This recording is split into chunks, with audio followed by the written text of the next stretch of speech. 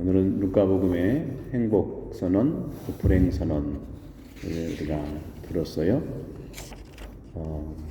너무나 많은 내용들이지만 저는 이 중에서 22절 하나만 묵상을 해보겠습니다.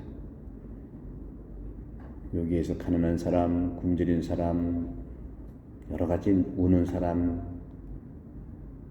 이런 사람들이 행복하다는 말은 반대의 그런 처지를 생각할 수가 있는데, 우리가 가장 오늘 복음에서 만나는 경험은 22절에 이 말씀일 거예요. 사람들이 너희를 미워하면 너희는 행복하다. 수년 전에 일본에서 유명한 심리학 책이 하나 나왔죠.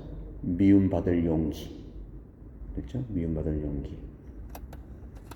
그건 어째서 미워하면, 너희를 미워하면 왜 행복할까? 미움받으면 행복하다는 말이라고 들을 수 있는데, 성경은 세 가지 의미로 우리가 알아들어야 돼요.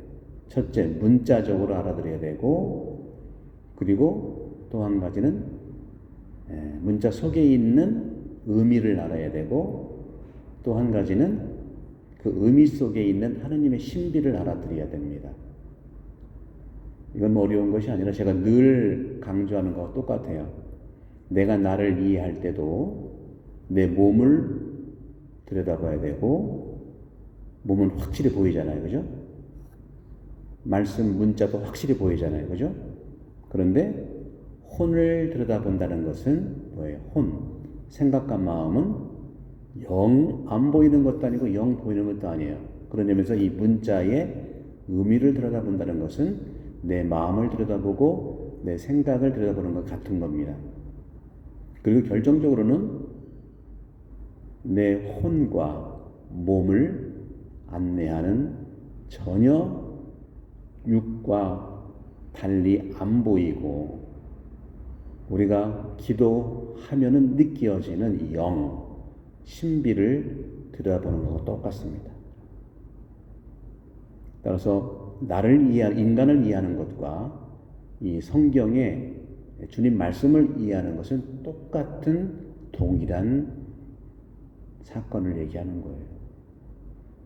이것이 우리 그리스도교에서 렉시오 디비나라고 하는 중세 때 나왔던 성경 독서 방법보다, 성독이라고 합니다.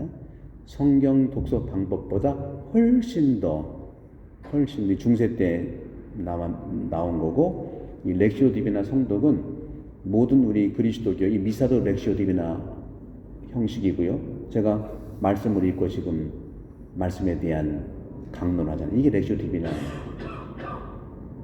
그런 것처럼. 그러나 이 렉시오 디비나 훨씬 이전에 200년, 300년, 400년 경에 바실리오 성인에 의해서 렉시오 모랄레라고 하는 거룩한 생활 독서 방법이 있었습니다.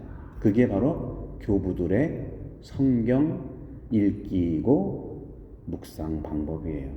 그러나 읽고 묵상하는 것을 모랄레, 삶으로 실천하는 걸 얘기합니다. 그래서 렉시오 디비나는 우리가 너무나 많이 들었지만 렉시오 모랄레는 아마 처음 들을 수도 있어요. 이 렉시오 모랄레로 제가 오늘 밤부터 8시 반에 요한복음을 강의해 드릴 겁니다. 그러면 오늘 이 복음도 마찬가지예요. 사람들이 너희를 미워하면 너희는 행복하다. 그리고 사람의 아들 때문에 너희를 쫓아내고 모욕하고 중상하면 너희는 행복하다고 했는데, 미워한다는 것이 뭐냐? 증오하고, 문자 그대로는 증오하고 미워하고 중상하고 모욕하는 걸 얘기해야죠. 그것이 그 속에 들어가는 의미는 예수님 자기 자신을 얘기하는 거예요. 당신이 모욕받았고, 당신이 미움받았고, 당신이 중상받은 거예요. 그럼에도 불구하고 예수님은 불행의 상황으로 빠지거나 주저앉지 않고 용기를 가지고 일어설 수 있었다는 겁니다.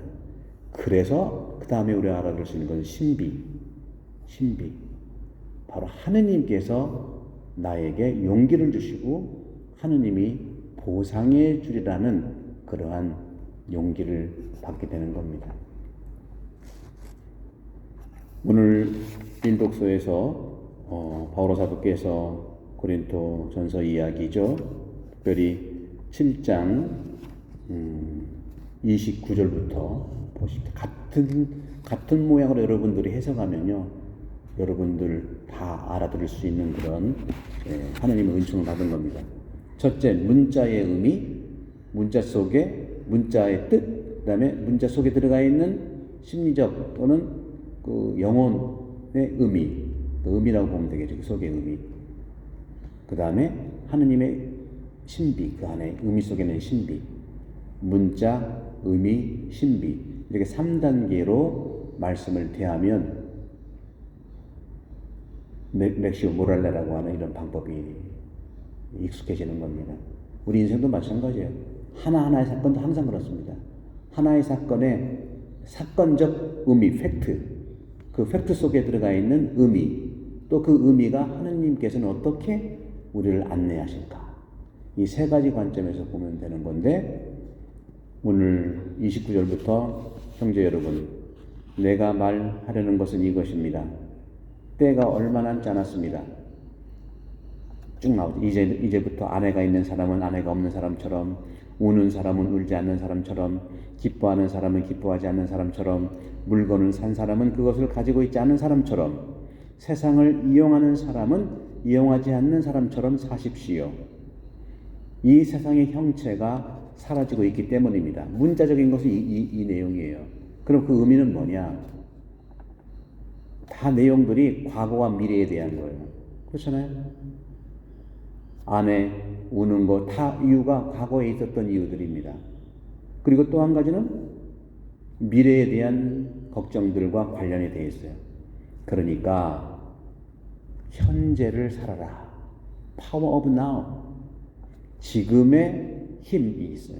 우리는 지금의 힘에 하느님의 신비, 나의 본 모습을 만나면 행복한 건데, 과거와 미래 때문에 현재를 우리가 느낄 수가 없는 것이 그게 불행한 겁니다. 사건은 항상 있다가도 없고 없다가도 있고 늘 우리와 함께 있게 되고, 관계도 마찬가지예요. 그렇기 때문에 우리는 이 세 가지 의미에서 너무 사건 자체에서만 보는 것을 뛰어넘어서 그 의미를 바라보고, 그 의미 속에 하느님의 신비가 어떻게 움직여지고 있는가를 바라보면 됩니다. 그러면 조급해지지도 않고, 조급해지지 않다는 것은 두렵지도 내려가는 거고, 결국은 인간이 살아갈 수 있는 행복을 얘기하는 거예요. 너희를 미워하면 행복하다는 거 뭐겠어요? 분명히 예수님께서 갚아주신다는 용기를 가지고 있는 겁니다. 성경은 다 그런 의미에 가지고 있어요. 우리도 누가 나를 미워하고 증오하고 갑자기 관계가 괜찮은 사람이 갑자기 돌변하고 얼마나 많아요. 그랬을 때 내 마음은 어떻게 움직입니까? 별의별 생각도, 나쁜 생각도 들다가 또 반복되는 생각도 들다가 어떤 때는 오해하고 불행한 생각까지 들어요. 그런데 그건 생각이니까 내 생각을 잘 거르고 마음을 다스리면 되는데, 이렇게 하시면 됩니다. 그런 생각들이 들 때, 나쁜 생각, 반복되는 생각, 불행한 생각, 그런 생각들이 들을 때, 그런 마음도 일어날 때 이렇게 내 스스로한테 말해보세요. 예를 들어서 베드로야, 자기 이름을 부르면서 다음 생각을 해주세요. 그 생각에서 지나가서 다음 생각을 해주세요. 스스로에게 말해야 됩니다. 그게 용기예요. 우리 인간들은 머릿속의 이야기를 바꾸는 것을 매우 즐거운 방법으로 여겨야 됩니다. 하나의 생각이 꼴똘하게 늘 맺혀 있으면 그 생각이 나를 지배해요.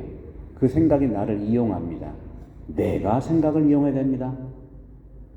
사람은, 상대는 내가 이용하면 안 되지만 내 생각은 내가 이용해야 되는 거예요. 생각에 끌리거나 생각에 이용당하지 말자는 거죠.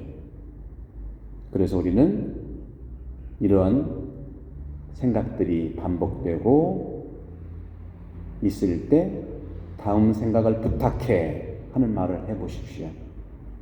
그러면 그 기도와 함께 필요한 침묵을 마음에 초대하시면 나도 모르게 지금의 행복을 느낄 수 있고 지금의 힘을 우리가 살아갈 수가 있겠습니다.